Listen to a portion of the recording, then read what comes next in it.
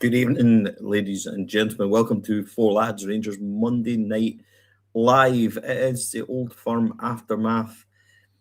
And yeah, I often sit and wonder why we do this to ourselves. At halftime yesterday, the highest of highs, and at full time, the lowest of lows.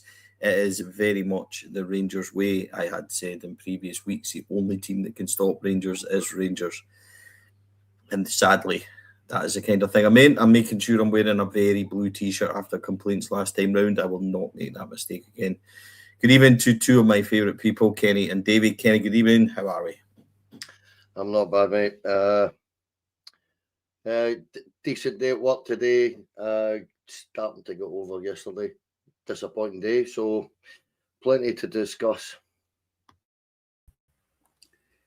Yeah, I must admit, at half time yesterday, I thought I would have no voice for this tonight. I genuinely thought I was in the way to not being able to speak for a week. But Rangers found a way of preserving my voice for the next 45 minutes, which means unfortunately I'm going to be able to talk to everybody tonight. Yeah, 45 minutes is about the same as we got yesterday. Kenny, you were with me in the gantry. You've had 24 hours to digest and go over everything. How are you feeling today? To be fair, probably still exactly the same as I was at 90 minutes. I actually, the longer the aftermath is going on, the angrier I'm getting about it. Actually, I'm really quite peeved at the fact that we just did not manage to turn up at all in that second half, really. And I found that it boggled my mind, put it that way, where you look at the situation where you can be that good in one half and the drop-off, which we discussed in the car home, if you remember, Stevie, the drop-off is frightening. I mean, it's inexplicable. It's worrying. It's more than worrying. It's a major concern because we're trying to win a league title here. And how can you possibly have any faith or trust in this football team when you don't know what you're getting from one half to the next, never mind one game to the next? So how am I feeling? I don't know. Is the actual truth. Annoyed, angry, disappointed, probably more than anything else, that all that good work in the first 45 has went to waste for me, because you said at the start of the show there, Stevie, it feels like a defeat, and it shouldn't feel that way. But what really kind of hacked me off, and again, we mentioned it after the game yesterday, is that all the momentum going into next week has kind of swung to them, because they will come into the game next Sunday feeling that they have our number, and with good reason, to be fair. With fair, that's fair to say, because we just did not get a grip of that second half at all. And I didn't think they had to play all that well to get their draw. And what really worried me more than anything else, Stevie, was if they had got that equaliser 10, 15 minutes earlier, they would have probably won the game, because we were all at sea. We were all over the place. So that's where I am. Davey, it's a few things to chew over on what Kenny says. Where are you? Now, Kenny was obviously with me on the gantry. This is the first time we've had to speak to you. You've seen many an Old Firm game like myself over the years. I can't remember such a swing in halves of the way it is. The drop-off between Rangers being very good and very bad is far too big. And when it is far too big and you've already got a squad that we don't think is quite good enough, then that's what's going to happen. Unfortunately, Kenny's probably right. If that equaliser came on 80, I would have feared for us. What's your thoughts on it? It's hard to disagree with much of what Kenny just said. I suppose it was the mirror image of the New Year game, wasn't it? When we should have been dead and buried at half time. They should have been dead and buried at half time this time. The last time we made a change at half time that seemed to change the momentum of the game. This time they did. But the second half performance almost defies description when you see how well they can play. I've been debating all day whether it's bottle, whether it's fear, whether it's belief, whether it's attitude, whether it's fitness. I'm struggling to pin it down to one particular thing. mean, the number of people that have said to me today, I'm just completely fed up with this bunch of players. I'm fed up and they're letting us down. I think there was only 3 outfield players yesterday that played before this season. 7 of the 10 of them actually only arrived this season. We can't keep going on about previous seasons getting let down and then say this what's the same. It's a totally different team.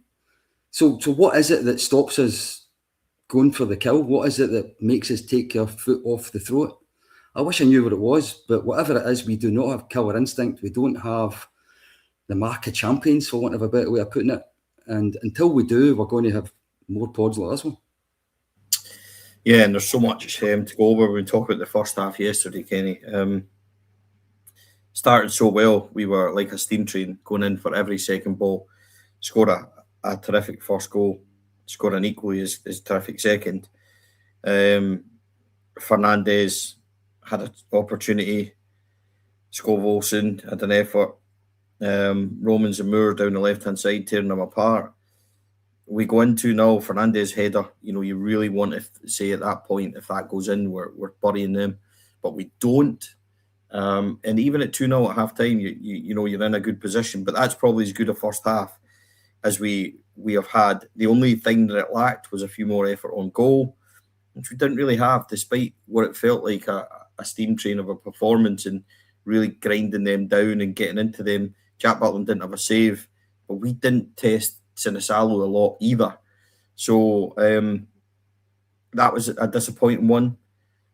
Obviously, the goals were fantastic, but at 2-0 at half-time, I said to you at half-time, just before the game kicked off second half, I said they come back against Kilmarnock after being 2-0 down, so this is far from over, and we need to make sure that they don't get the momentum.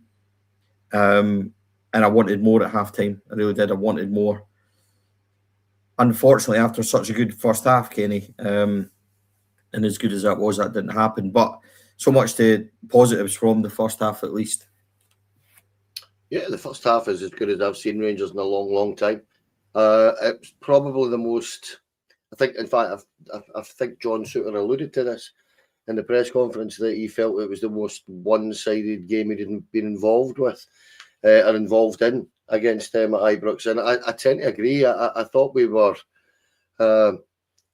as dominant as I've seen us in 20 years or so in that particular fixture, but 2-0 is one of those weird scorelines, Stevie, where the next goal just gives that other team the momentum, and if you don't make it 2-1's a horrible situation to find yourself in because you have been so dominant, and we were excellent.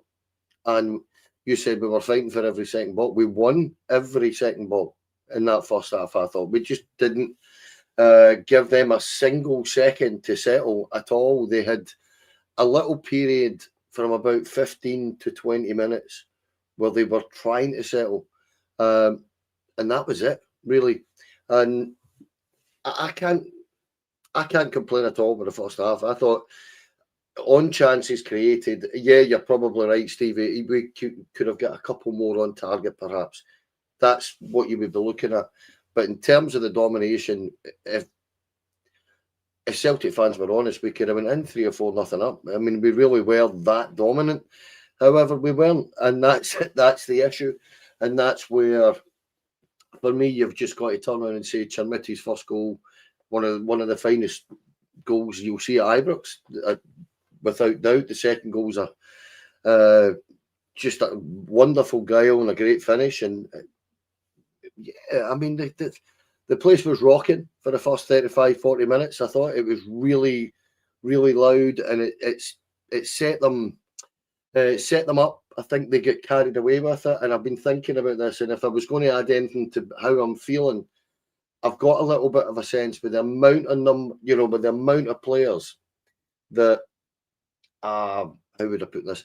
Were making their debut or their first or second game or whatever you would want to call it against Celtic, and that noise and that adrenaline that they have, it almost looked to me as if half-time and the adrenaline rush that they had just come shot straight down. And I don't know if that was part of it yesterday in the second half, that all of a sudden when you are that high with adrenaline, and then you come into half time and it levels out and you settle down and you get your instruction for your manager and you go back out and the game's totally different. I just felt that the adrenaline wasn't there. So wonderful first half and an absolutely atrocious second half. So not a lot else I can say about it, mate, in terms of the first half. I just thought we merited at least a 2-goal lead. Davey, thoughts on the first? Thoughts in the first half was as John Souther has obviously said at the press conference, is one-sided in our favour than it's been in any 45 minutes for a long time. I thought the battles, the sort of one-on-one battles that I was hoping we were going to win, the likes of Maeda against Sterling, Chotwani in the middle of the park with McGregor, for me, they were going to be huge, and we absolutely dominated them in the first half. I actually thought we played quite direct. I thought we played over the top of their defence quite a bit, and because we had two strikers playing plus two wide attackers. Chotwani as well was getting forward in the first half. Romans was getting forward. I thought we were pressing them in all the right bits of the park. We were getting the ball into where they didn't want it. We were dispossessing them near their goal. I just thought we played really high pressure, high tempo, aggressive football, and Celtic couldn't handle it. And then the cherry in the cake was the 2 goals. The 2 goals were absolutely sensational. You keep going on about I've been going to see these games for a long time. That's one of the most spectacular goals I've ever seen Rangers score against Celtic or score against anyone. That first goal, that was absolutely world-class stuff. We can debate all night about 10 million down the drain or not, but my God, what a finish that was. And the second goal was superb. I just think it's not talked about as much simply because of how good the first one was. The awareness and the touch, the finesse, if you like, for want of a better word, I thought was outstanding in that second goal. One a power, one a finesse. 2 great goals. Could have been more. Arguably, Fernandes should have made it more. But at half time, my son turned to me and he basically said, "This is the easiest win we're going to have of them I've ever seen." He's been going to see games since 2004. He thought it was the easiest at that point in time. If you want to get into the second half, but in fact, before I go into the second half, there was a comment get put up there, and you know me, Stevie. This really annoys me, so I'm going to counter it. This what I think is utter bullshit about the fans are in any way responsible for the team falling away in the second half. The fans respond to what they see in the pitch. Always have done. The first half showed you that. The second half, they get nervous. They got edgy. They get nervous and edgy because the team's tempo fell to nothing. We were losing every second ball. We weren't getting forward. We were second best to everything. The crowd get edgy. That's what happens. This bollocks about the crowd under Gio, the crowd under Clement were responsible. No, they weren't. Rangers have won their last 10 home games. If Ibrox was that bad, how did they manage that? They've drawn their last 3 away games when in each one of them, Danny Rule sat and said afterwards, the crowd were great for us today. It's nothing to do with the bloody crowd. It's the players on the park. And the players on the park let us down in the second half. Fair. Second half, this is where we're going to disagree because lots of people have had their opinion of how it went wrong. I'm going to go against the grain a wee bit. Celtic came right back into it and made changes that strangled us. A couple of reasons why it happened. Watched it back. Wasn't great. But I'll give you my opinion. First of all, Danny Rule on the sidelines, I watched him. He wanted them pressing up the park. He wanted them in their faces. He wanted them, and he was really pleased with the first 5 minutes or so. Forced a couple of corners, and then we had that cross, which Two Romans gets in the back post and misses, or he puts it straight to the goalkeeper. Then something happened that I don't think people maybe pick up on. Rangers have a great flowing move, and Yusuf Chermiti flicks it in the middle of the park.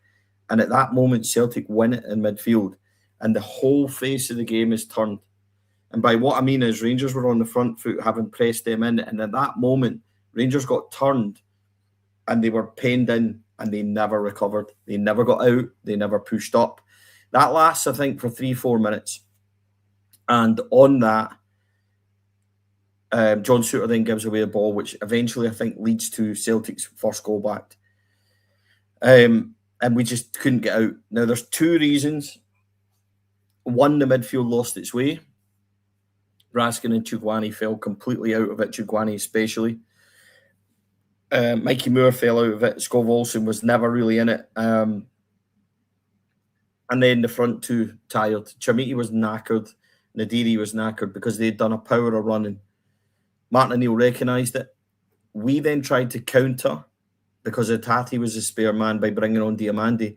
Diamandi didn't play at all. But what it meant was because there was two up front and the two wide men who had penned them in the first half, they couldn't get out and they couldn't find their spare midfielder. When we took off Nadiri, in my mind, to try and fix what was going on, it just meant that Celtic had a spare man at the back all the time, which meant that they had the constant ball into Rio Hatate in midfield and they dominated. And what happened was Celtic got further and further up the pitch. They gained more territory and eventually Rangers were completely pinned in. Rangers didn't help themselves. I think they had 66 pass completion in the second half, which basically means 1 in every third. I saw John talking about that online, was getting given away. Also, every time Jack Butland got it, he just fucking punted it. And every time he punted it, it came straight back to us. And that happened. Watch it from 70 minutes on. The amount of times that Jack Butland just punts it long and it comes straight back. Chermiti was fighting an absolute losing battle and we got penned in. The wingers became almost like auxiliary wing backs and we just couldn't get out. Couple of things from that. We shouldn't have changed from 4-4-2 because even if Miovski isn't the answer, he wouldn't have left them with spare man. Scales was constantly left with it to play a pass. And Celtic just penned us in. And secondly, Rule needs to be better with his subs. I understand why Diamandi came on, but it didn't work because the other two were blown out their arse. So he was covering and they just never recovered. And we have 5 subs and we didn't make them. He has to be smarter. Thinking having Gassama on the right is just a total waste of time. I would rather have not done it. I would rather have pinged Moore out there and put Gassama on the left where he's at least comfortable. And Moore, having fallen out the game, maybe could have done with that, with a switch. But he didn't. Gassama then becomes an empty jersey. And Chermiti, who's already burst and has no support, is also an empty jersey. So we're playing on the back foot from a midfield that's already been dominated. Danny Rule needs to be smarter. Needs to be smarter in what he's doing, smarter in his subs as well. But what I will say is, I sat in that gantry and Kenny and I said to each other at 70 minutes, I don't know what to do. Don't know what to do at all. I don't know how to fix this. And it wasn't until I rewatched it that I identified a lot of things that I thought, that's why we're in this position. It all came from that flick and the whole system or the whole kind of shape of the team. Rangers were right up at that point, pushed up. And from the moment they got penned in, they just didn't get out. They didn't recover. They couldn't pass the ball. And then when the change got made, we just couldn't get out of midfield either, Kenny. It was a collapse in the second half. And yeah, look, as shite as it is, credit to Celtic, they deserve something. They got it. They probably should have equalised when McGowan went through and Butland saved. If he had scored that, then yeah, I would have feared for us because the momentum and everything were done. And we can question the bottle and the mentality, and we will. I asked Souttar and the manager about it, Kenny. That's where they went wrong in the second half for me. As a supporter, I'm not a stat guy, I'm not one of these like technical, tactical guy. But from my eyes and what I watched and rewatched in the second half, that's where the game was won and lost for Rangers. Rangers burst their bubble, weren't able to ever get out, weren't able to push, weren't able to do the things that they were doing in the first half that they'd done so well that stopped Celtic playing. As soon as Celtic managed to manoeuvre out of defence, they dominated and we couldn't stop it and we couldn't change it. Lot to unpack from there. Yeah, I understand what you're saying. I would add a few things to that though. As I said, first half I thought the adrenaline was massive. I thought you could see it in every player. Second half that was replaced by blind panic, I think, a lot of the time. Epitomised more so than from anyone else, probably by Jack Butland, who I think that's a very telling thing that what he did. I remember you and I screeching at one point at each other, giving it for sake, because he had a simple pass over to John Sterling, just a wee chipped floaty one, and he overhit it by about 15 yards, and it went straight out of play right next to us. And I actually felt Jack Butland was one of those major causes in causing the panic, believe it or not. For all that he had a good game, shot stopping wise, I thought, distribution wise, I thought he was absolutely terrible. At one point, there was a period for about 5 minutes where he literally just first time leathered it as hard as he could, aimlessly, and it just kept coming back. And there's nothing surer that when you give it back to them, it's going to come at you again, and all you're doing is building pressure against yourself. Another thing that happened, I agree with the Hatate thing. I thought Hatate coming on gave them the extra man in midfield. It allowed Hatate to do the simple things, but it also allowed Callum McGregor to do the simple things. And the two of those two, I beg your pardon, started to dictate play for them. But another thing that nobody's really talking about, that having watched it back, I feel has made a massive difference, and not in terms of what the guy done, but in terms of giving them the absolute width and space to move, was the boy Tanecki coming on. Because Kieran Tierney on that side in the first half, we were laughing at him because all it was like Borna Barisic. It was just get the ball and pass it back, get the ball, pass it back. Whereas Tanecki was driving forward, and it was allowing them to come forward as well, Stevie. But enough about them. I'm going to say it exactly as I see it. I thought we shat it yesterday in the second half. I do. I can't really explain it in any other way. I think they've walked in at half time thinking this is so easy, and they've come out in the second half and fully realised what a game against Celtic is going to actually be about, where momentum is everything. And as you say, there was that period where Chermiti with a flick, and all of a sudden the game just flips on its head, and we're sitting there watching it unfold yesterday in the kind of full knowledge I felt that we were in this is the ultra professional. We're sitting here watching it yesterday unfold in the knowledge of what was going to happen. I felt most of us in the ground, and I agree with Davey with the comment earlier on about the crowd didn't turn up. Listen, I just can't be bothered with this anymore. With people, blaming supporters for anything. We're there to support, and if you actually watch the game back, you'll hear it. There's about 7 or 8 times in that 45 minutes in the second half where the crowd try and raise the team. They just keep trying and trying and trying. I'll just ad lib and go on till you get rid of the cat, right? It's just one of these things, Stevie. That's what I felt more than anything else. The substitutions really did help them, didn't help us. I'm not really going to blame Danny Rule too much for that, because when you've got a situation where you've got a 65% pass success rate, now if you bear in mind that a lot of that will go from the keeper to your 2 centre halves to your 2 full-backs and back across, you're actually saying that every time we try to go forward, we made a rip road of asset. We just gave it away, and you cannot do that in a game like this. So for me, it's one of those situations, Stevie, that I am now, if I'm going to be critical of Danny Rule at all, yesterday, it was the lack of substitutions when players were clearly burst. Two Romans was burst, Chukwani was burst.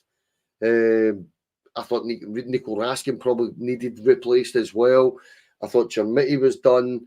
Bringing Gassama on the right-hand side, we've discussed it forever now, and it's just a mind boggle for me. Moore, Chermiti, and Gassama on that right, it doesn't work. So why persist with it is beyond me. But on the second half performance, Stevie, we did not turn up. We panicked, we bricked ourselves, and we didn't manage to get a foothold back in the game at all from that minute on after about 50 minutes. Disappointing as it is, you've got to give Celtic credit for persevering, but they're renowned for coming back into games. And that's what annoyed me about Danny Rule yesterday, if anything, is you're going to have to change this and rectify this, and I don't feel we've done it. Sorry about that. Missy decided to say hello. Best Dr. Evil moment ever, I think, short of doing that. Davey, what went wrong for Rangers in that second half? I was going to say too many pussies in the team, but I suppose I better not say that one. Well, Kenny's summed it up quite a lot there, I think. I was actually going to talk about the Chermiti flick. It felt as if that was a turning point in the game, although you didn't realise it at the time. For me, we played at such a high tempo in the first half, and especially guys like Romans, Chutwani, Moore, the amount of running they did in that first half, because they were getting forward a lot. It felt to me as if those three were blown out their backsides after an hour. But I also thought that when we took Nadiri off and brought Diomande on, which I could understand, I'm thinking that was possibly even pre-planned, because I don't think Nadiri was ever going to play the full game, because he's been struggling for fitness the last couple of weeks. So it wouldn't surprise me if the plan was go for the throats for an hour, then we'll go for three in midfield after that. But it felt to me as if we kept playing the same way, even though we had changed the formation. So Romans wasn't bombing up to support anymore. Chutwani wasn't able to do it anymore. There wasn't two strikers anymore, yet we were still launching the ball forward. And they had a spare man all the time, so they were going to win them 99 times out of 100. Butland hit lots of long balls in the first half, but we didn't complain about it at the end because we were competing for them and winning some of them, quite a lot of them. But it made no sense in the second half with the formation that we had. For me, the manager does deserve a little bit of criticism after this. Now, anyone that thinks he should get sacked for it or anything like that is completely off their bloody head. But I think there needs to be a conversation round about his substitutions.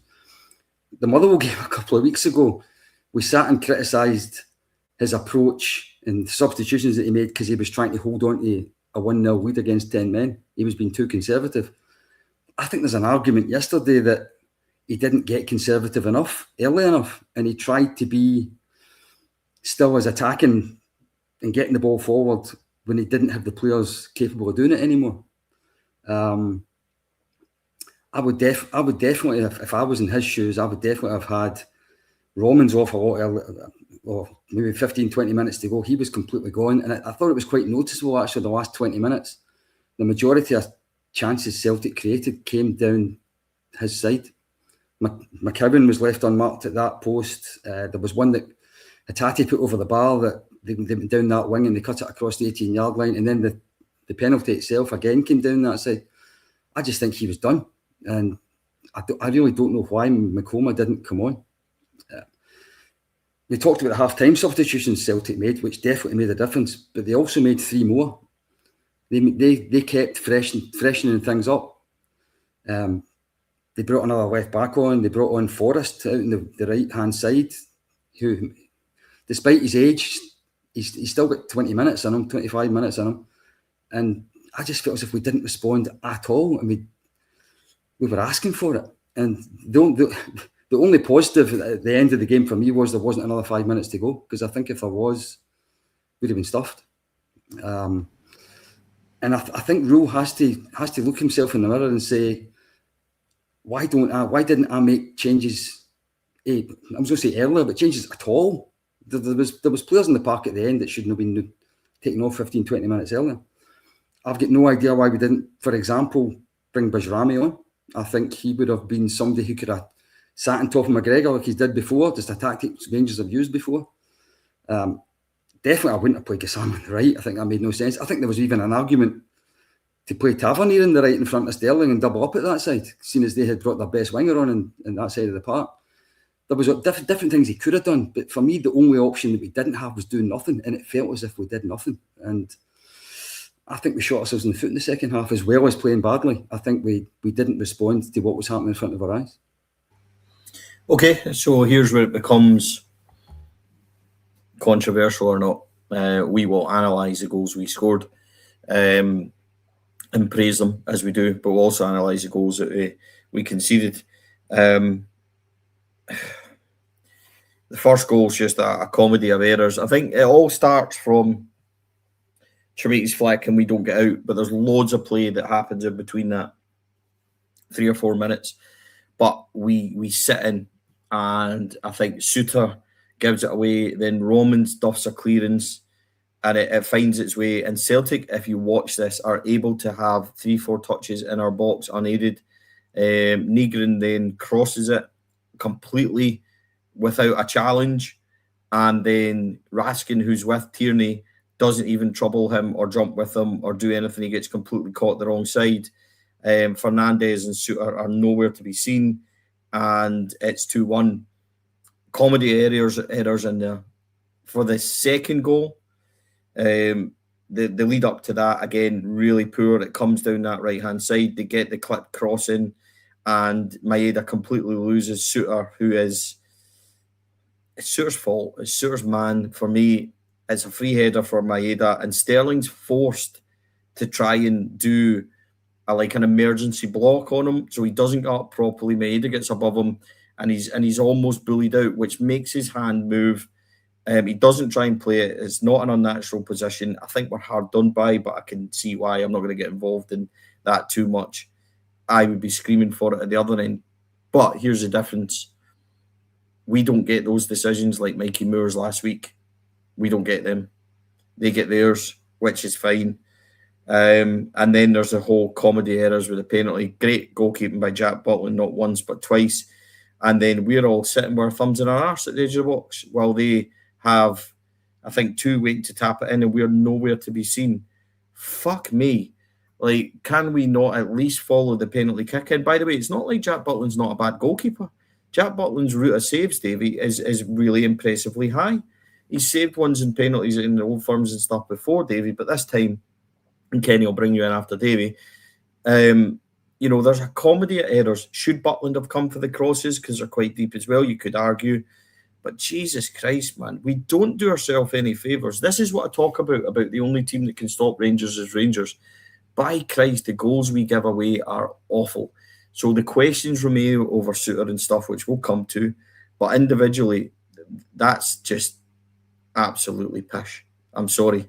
And by the way, Suter was caught against Braga as well. And it's not like Braga's 6'5". He's a small guy. Obviously a giant to me. But that's another header. Yesterday, losing Maeda, who's not a tall guy. Another header. This is just not good enough. John Suter's come back from that injury and just reverted back to his... He had a mini spell of being really solid. He's come back into the team and he's been shite. I'm sorry, he really has. He's costing us goals. Cost us goals at Livy. Cost us goals against Hearts. Cost us a goal there. I don't like picking on players, but I expect more from John Suter than to be out-jumped by Braga and Daisen Maeda. I really do. As good as they might be in the air, John Suter's 6 foot odd and he's getting outpowered by these guys. John Suter's supposed to be a leader.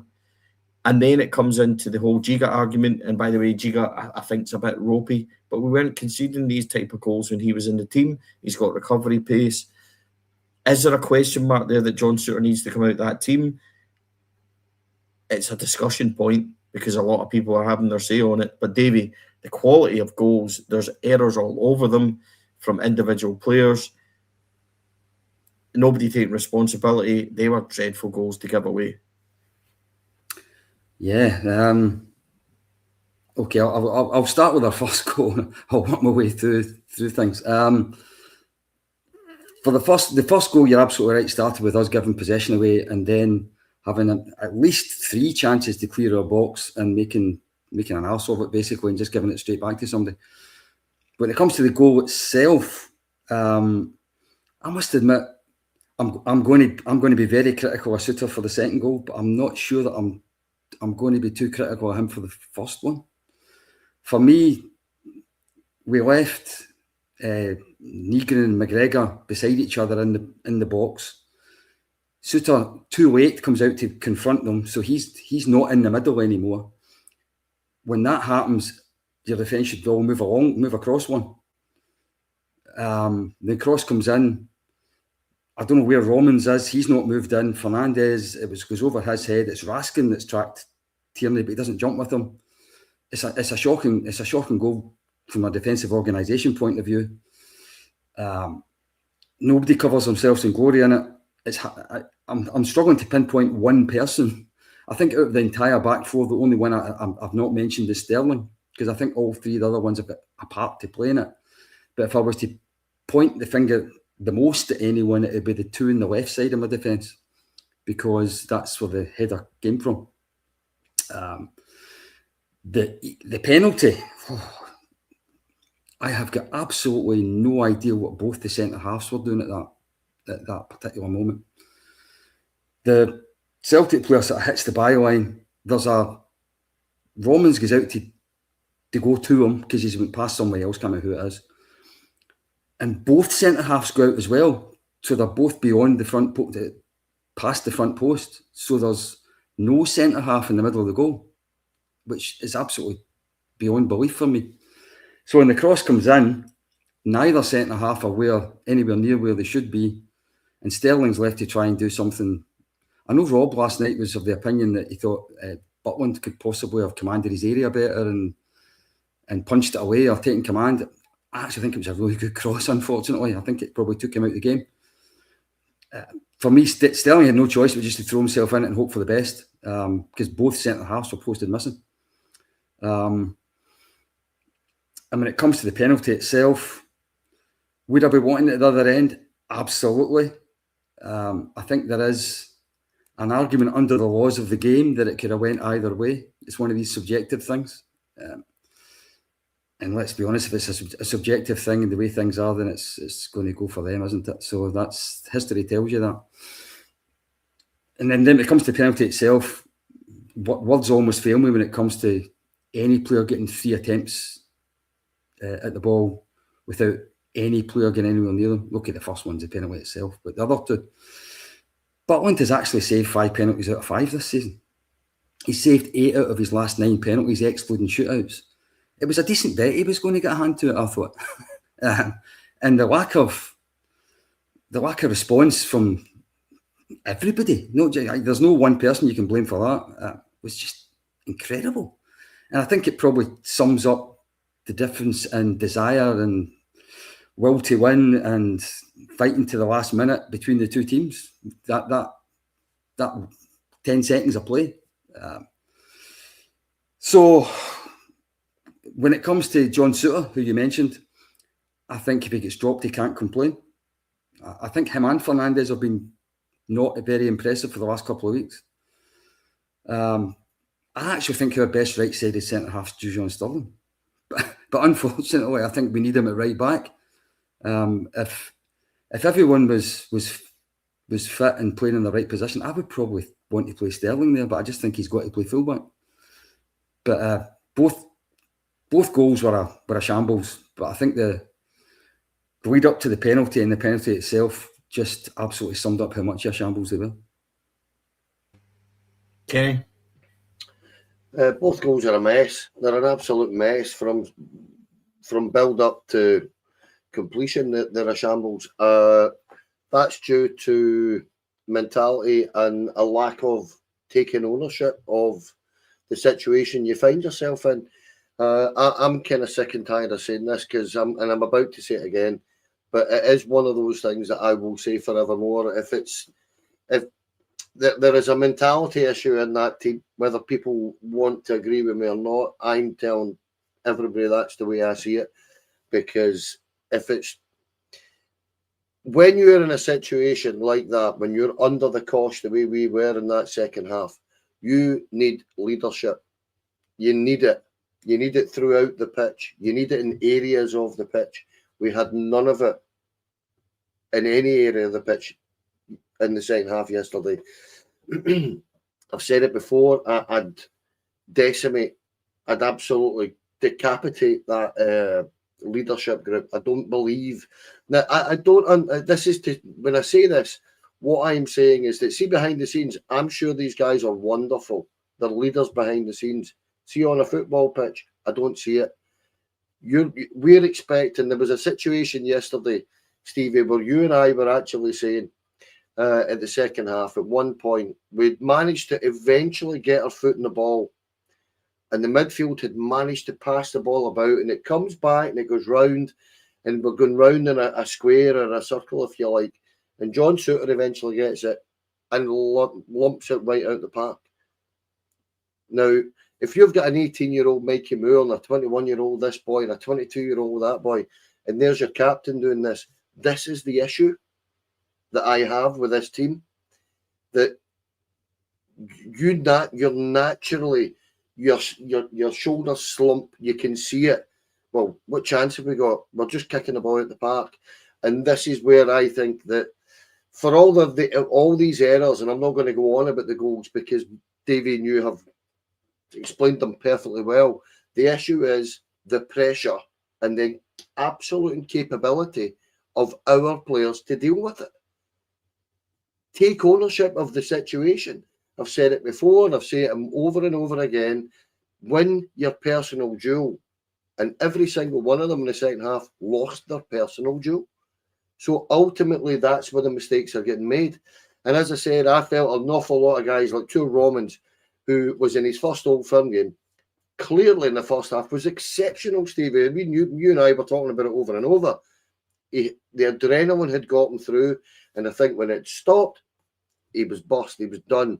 And I think that's the issue. There was too many of them like that. Chukwani was like that. I thought Nico Raskin had a serious lack of discipline in the second half. Never in the place he had to be. That's why John Souttar, Chukwani and Nico Raskin on 2 or 3 separate occasions were screeching at each other, trying to get it sorted. They couldn't get it sorted. And ultimately, I clocked it. And from the body language, what I took was John Souttar was giving it this, calm down, and eventually pointing at Nico and went, come in. And Chukwani went, yeah, you need to come nearer. You're away wandering about the place. And they all shook hands and got on with it. But there's no ownership, Stevie, and that's what pissed me off about the goals that we lost. How can you have 2 guys standing in your penalty box, totally unmarked, with all the time in the world to pick out one of the smallest players on the pitch for a free header? It's nutty. I asked Danny Rule on his mentality yesterday. He refuted it. Said we don't talk about mentality and we should be talking about it at the end of the season. John Souttar was asked. The fans feel that there's questions over mentality. It was me that asked him as well. Asked him about his whether the team had the mentality, and the fans feel that they've bottled it in recent weeks. 2 wins out of 6 isn't championship form. It certainly isn't. Let's face it, we've got so close and have shit the bed. So there's questions there. John Souttar said he understood it and it was a fair question, but to judges at the end of the season. But they had to be completely clean from here to now on in. Gentlemen, where does this leave us? Is it fatal to our title chances? Hearts now are 6 clear. They're 7 clear of Celtic with a game in hand. I think, 8 clear. I can't remember. It's 1 or 2. We're only a point clear of Motherwell if they win their game in hand. Is it fatal? There's a lot of football to be played. As much as we might want Hearts to drop points, Celtic are relying on that as well. If we want Hearts to drop, could Rangers win all 8 of their games, or 9 of their games rather? I think this is really difficult. Hearts in all those games that we've drawn, I believe, have won every game 1-0, and that's telling for me. Is it fatal to our title chances now, Kenny? Because we were positive in the last couple of weeks, but again, the only team that stopped Rangers is Rangers. We're not getting beat. We're drawing far too many games. 12 league games drawn is absolutely horrendous form. So the question is, do you see it 9 wins? Can we do that? Or is this fatal to our title chances? Can we win 9 in a row? No, there's no evidence that we can do that, Stevie. There's none whatsoever. We've got 5 away games and 4 home games left. So I don't see that happening. However, is it fatal? And this is just a personal take. I think it probably is. I felt yesterday we had to win that game yesterday. However, what I'm sitting looking at this moment in time is where we are at this juncture is that Hearts and Celtic have both got to play Motherwell twice. We've only got to go and play them once. And do I think Hearts and Celtic are good enough to beat Motherwell twice? No, I don't. So a lot is going to depend on those results between the other ones. Meanwhile, I am now looking at saying, if you're really genuinely feeling that Rangers can win this league, we get 27 points to play for, Stevie. You're going to have to pick up 24, 25 points, I think. Yeah, because I feel that with each game, time is running out. We've dropped so many points in the last few months, and that is my. I mentioned it on here a few weeks ago. This is where my scenario, my worst case scenario, is now kind of unfolding. Where I felt that Hearts might do this with 9, 10, 11 games to go. Hearts would start to feel the pressure. The way that we have done this year in, year out, where we get to February, when we're in a title challenge, and we don't get results in February, March. But we're doing it again. So there's no evidence for us to turn around and improve on that. However, I'm not convinced with any of the other three teams that we're now in a title race with are going to go in a major run either. Motherwell look like the one team that are probably capable of doing it on their current form. But I think they're unbeaten in about 20 games now. Something's crazy. So is it fatal? No, not yet. But you are literally, as I said last week, it is now death by 1,000 cuts. And at one point, you're going to get your 1,000th cut and you're going to keel over. And that's the way I see it. We are on our 990 odd cut of our 1,000, if you like. That's the kind of way I see it now, where there is just, John Shooter said it, we need to be clean from here on in. And I just can't see us doing that. I just don't think we've got it in us. So do I think we'll win it? No, but I don't think it's fatal as yet. Yeah, if you had asked me a couple of weeks ago, I thought we will win it. I'm not going to change my mind. There's a lot to go yet. I'm not throwing in the towel, that's for sure, but we have made it hell of a fucking hard for ourselves, that's for sure, Davey.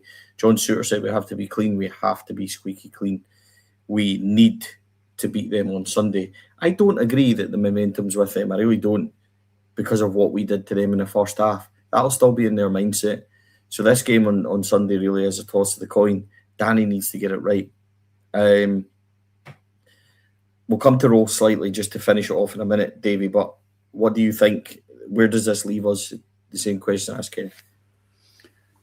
Well, I don't think our title challenge is dead, so it's not fatal, but I do think it's getting towards kind of life support, in all honesty. There's no recent evidence to support us going on a 7 or 8 or 9 game winning run. I know we went on a decent winning run round about December, January time, when I think we strung, 5 or 6 wins together then. So you could do it again. It's just, there's nothing at the moment telling me that we're going to do that. But Kenny's absolutely right. I don't think anybody's going to do that. I can't see anyone winning 7 or 8 games out of 9 that's left. The problem I've got is that I think there's as much chance of us finishing 4th as there is of us finishing 1st. I think that we could finish anywhere from 1st, 2nd, 3rd or 4th, the way things are right now. Do I think we'll win it? I don't think we will. Can we win it? Yes, we can. But only, I think, if we somehow put in performances like the first half on Sunday on a pretty regular basis for the rest of the season and have absolutely no displays that even come close to the second half. And there's just no evidence at the moment to say that's what Rangers are going to do. I mean, that Ballbag McCowan said last week something about how Celtic, when they're on their game, nobody can touch them. I don't think, no matter how that Celtic team can play, I think we'd still have been beating them at half-time yesterday, no matter how well they had played, the way we played. But I just don't think we've got the consistency to do it. For me, it's Hearts to lose. I think the position Hearts are in, I think they've got the best set of fixtures between now and the split. I think that they've got players to come back from injury who will give them a boost when they do come back, which I think is not too far away, a couple of them. And I just think they've got almost like momentum's been given back to them. And there's only 9 games left. We're running out of time. So if you were to say who do I think will win the league, I think Hearts will win it. But I'm not saying their chances are dead, but they're receding week by week. So it leaves us with one final kind of question, and I only raise it because people have raised it. For me, it is crazy to talk like this. Danny Rule, as naive as he might have been, as difficult as decisions, some substitutions and stuff he might have got wrong, yeah. We're in a title race because of Danny Rule, because of the fact he managed to go in and stabilise and get that run together and everything else. People throwing toys at the pram and calling for him to be sacked, even if we do finish 4th or whatever, I think it's a load of bollocks. We cannot keep going round this circle of sacking managers all the time. Danny needs to be given several windows. He needs to manage to get the players in, and there was a reason he wanted an arm midfielder in January as well. We couldn't quite get that. We need Connor Barron back, who is due back for Sunday. So that's a positive for Rangers. Oliver Antman comes in playing wonderfully well and does his hamstring and is subsequently out. That's the kind of frustrations he's had to deal with, which is why we're dealing with Gassamo on the right. I'm firmly in Danny Rowe's camp. Do I think he's infallible? No, but I think it's crazy to discuss losing our manager. I really like him, and I think the reason we're where we are is because of him. He's not infallible, as I said, but there was so much for him to do when he came in. I think it was almost impossible. I still don't think the squad is anywhere near good enough to where we be, especially defence, midfield. We need wingers. We need another striker. It all works well. I've seen a stat earlier on, which is interesting. Chamiki's played 31 games this year, and 25, 26 of them he's not scored. And that gives you a kind of level of what we need. We need an out-and-out scorer and things like that. There's so much more to be done, and Danny somehow got us in there. So I'm not for changing no matter what happens, but I understand why people are asking the questions. But a lot of it comes from anger from yesterday and giving that game away the way we did to draw yet again. No question over Rule for me, Kenny, regardless. Davey, boys chip in. Where are you with Danny Rule? You and I discussed it on the way home after dropping David off yesterday, David Edgar. And I said that to you. At no point can we do this now. We have to, as a football club, genuinely start behaving like adults. And I mean from top to bottom, fans included. We cannot keep sacking managers year in, year out, because it's just a form of madness to me. Right, you can get the wrong guy, that's fine. Danny Rule clearly is not the wrong guy here. He's managed to get us into a situation where he has got us challenging for a title. Now, as everybody has said, we could finish, and Davey has said it as well there, we're just as likely to finish first as we are fourth. However, this season is an exceptional circumstance, if you like, where you've got a Hearts team that, if you're being honest, if Rangers and Celtic were normally on it the way they would normally be, they'd be sitting 10 points behind both. Motherwell have had an incredible run, but they'd still be sitting fourth, normally about 15 points behind us. So, yeah, they've had good seasons. What I would like to see Rangers do is ignore the noise, actually, with this, because he's a 36-year-old man. He's only been a manager for 2 years. It's his first time in Scotland. He has literally been here just over 4 months, I think it is. And we're already discussing all these flaws. And I just find this mad from a support that's losing its senses at times because things don't go our way. All it takes is a month of bad results. Walter Smith said it. You guys will know this. You're three defeats away from a crisis at all times. Now, we've lost 2 league games all season. It's the draws that are killing us. And that's where I'm looking at it and saying, Danny Rule has had now, he's found himself now having played everybody home and away. And his record is phenomenal when you actually see it. So if we don't win this league, I don't necessarily believe it will be down to Danny Rule. I believe it will be down to the recruitment in the summer, which in some aspects has just not been good enough. It will be down to certain circumstances with previous manager not getting a tune out of any of these players and having to play catch up from there. Every team in the country has had a bad spell. We are going through ours at a very, very bad time. Excluding the Russell Martin situation, which was just a shit show because of Russell Martin. This is Danny Rule's first difficult spell where he's not getting the results that he probably should be, and he's making mistakes, but he's going to learn. Stuff like being 2-0 up yesterday and dropping 2 points. Does he learn from it? I hope so. The Motherwell game where he get everything wrong. Next time he goes to Fir Park, will he learn from it? Let's see. We need to give guys time. You need to give them 2, 3, 4 windows to build their own football team, build the philosophy or the ethos that they want to play with. And as I said, I've just got to that point where we're turning into the Watford were the team that used to do this down south the last few years. Sack managers every few months. We can't do this. We need to stop and just go and give the guy the opportunity to show us what he can do. And that means giving him a year and a half, 2 years before you start judging him. Stevie? I find it absolutely incredible that anyone's going down the road of looking to change manager again already. I would just use one word: October. Does anyone actually can anyone think back to October? We were sitting in this podcast discussing whether it was the worst Rangers team ever. That's actually what we were talking about. The absolute shit show that the head coach inherited was as bad as any Rangers manager has ever had to deal with. Now, he's had a little bit of good fortune in terms of Celtic have had a season that's been worse than any season for them for a long time. But even then, to get us into the title race at all was a bit of a minor miracle.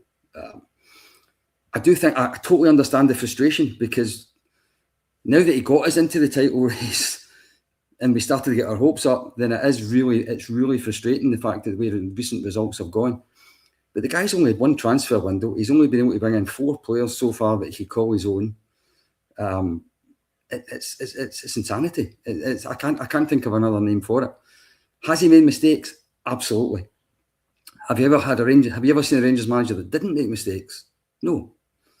I mean, I can go back in time. I was sitting in the Copeland Road stand and I had people in the 1990s tell me Walter had to go because he had just got beat by Dundee or somebody.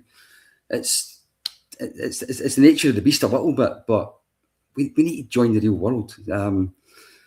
Danny Rule will absolutely not be sacked, even if we lose on Sunday and finish 4th in the league. So let's not talk about that for the moment. But what we do need to do is back him in the summer, because the squad that we have simply will not win titles going forward. They might, you never know, they still might this year, but if they do, it's because of how bad the opposition have been this year and continue to be. The standard in Scotland this year is worse than it's been for a long time. But we need to give him a chance to build a half-decent Rangers team. He's not been given that chance yet, so let's just screw the nut a little bit. Stevie, can I say something here? Right, there's a guy on here called Let Him Cook Boyle. Now, this is what he's saying, and I'm going to have to reply to this because I'm not having this. Nah, that's it. Petition to get a new panel. This is mental. Happy with not winning trophies. What have we become? What planet are people on that you can take what we are saying from this and actually think that? Genuinely, Stevie, come on. People need to catch a grip. If you're going to come on and comment, be sensible about it. because you've actually got my back up with that. And I'm not normally like this, but come on, understand what we're saying. We all want to win league titles, cups, trebles, doubles. We always want to. But the point here is that because you don't agree with our opinion, you're telling us we've all to get to. I mean, come on. Be respectful and understand that we're only giving our opinion. And you're entitled to yours, mate. You're absolutely entitled to it. But so am I. And so's Stevie, so's Davey. And we're just telling you as we see it. And we believe at this minute in time that to get rid of a manager that's been in the job for 4 fucking months is madness when you're trying to win a league title. Jeebus.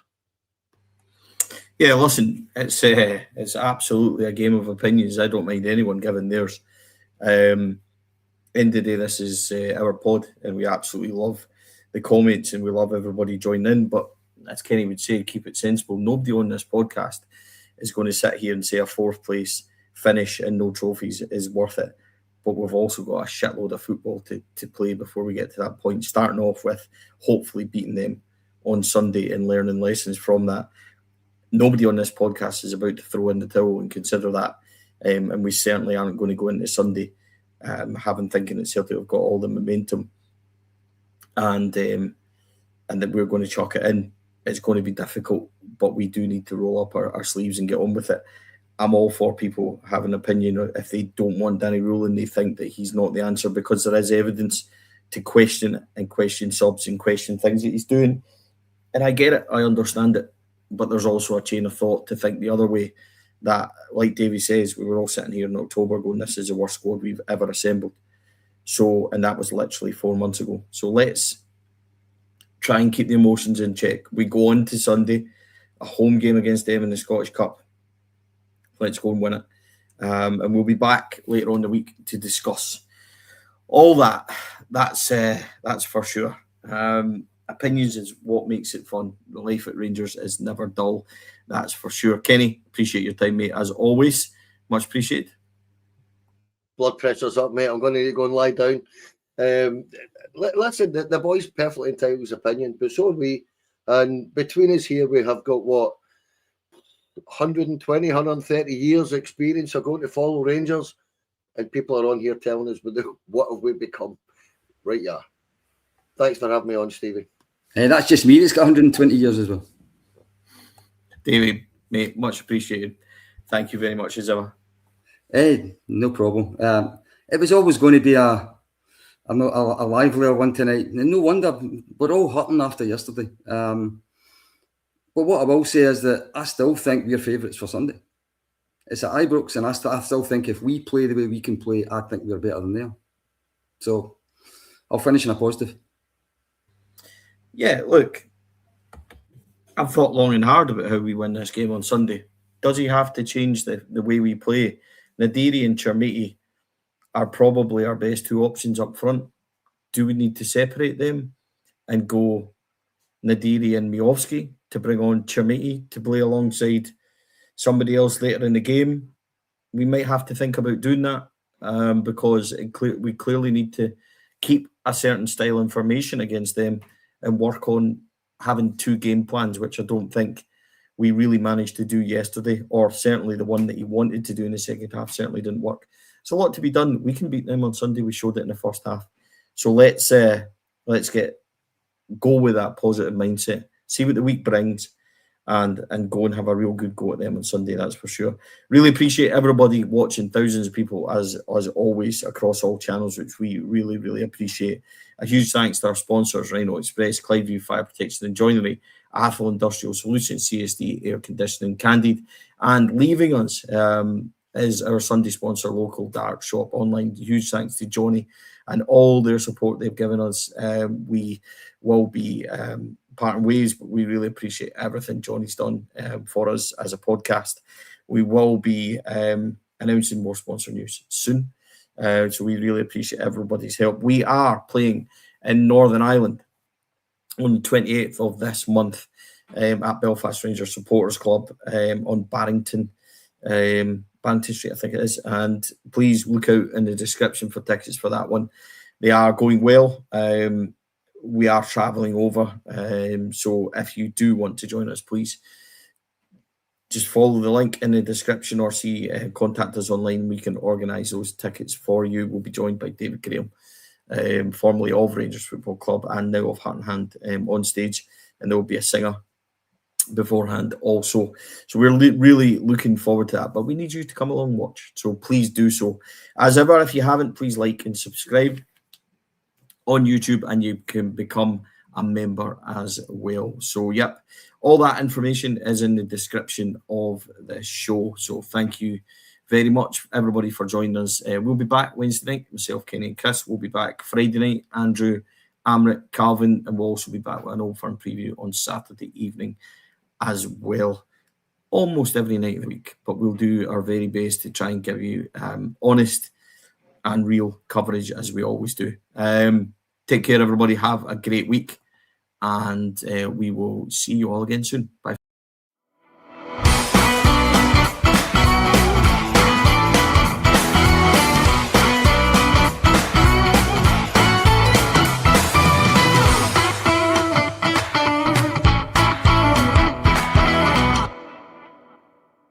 The Four Lads podcast is sponsored by Rhino Express, Clydeview Joinery, Athol Industrial Solutions Limited, and CSD Air Conditioning, in partnership with Black Rooster and Art of Gold.